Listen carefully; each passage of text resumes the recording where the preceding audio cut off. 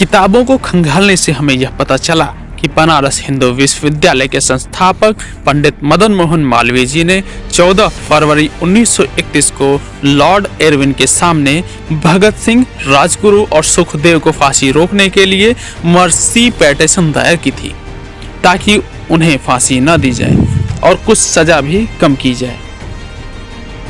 Lord Irwin ने तब मालवीय जी से कहा कि आप कांग्रेस के पूर्व अध्यक्ष हैं, इसलिए आपको पिटीशन के साथ नेहरू, गांधी और कांग्रेस से कम 20 अन्य सदस्यों के पत्र भी लाने होंगे।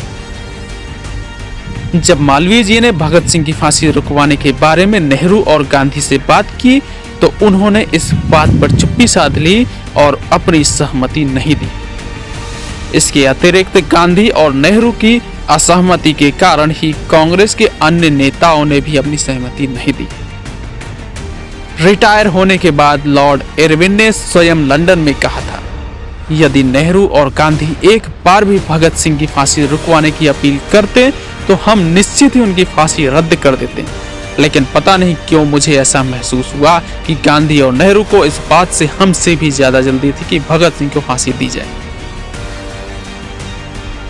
प्रोफेसर कपिल कुमार की किताब के अनुसार गांधी और लॉर्ड इरविन के बीच जब समझौता हुआ उस समय इरविन इतना आश्चर्य में था कि गांधी और नेहरू में से किसी ने भगत सिंह, राजगुरु और सुखदेव को छोड़ने के बारे में चर्चा तक नहीं की। लॉर्ड इरविन ने अपने दोस्तों से कहा कि हम यह मानकर चल रहे थे कि गांधी और नेहरू भगत सिंह की रिहाई के लिए अड़ जाएंगे और हम उनकी यह बात मान लेंगे।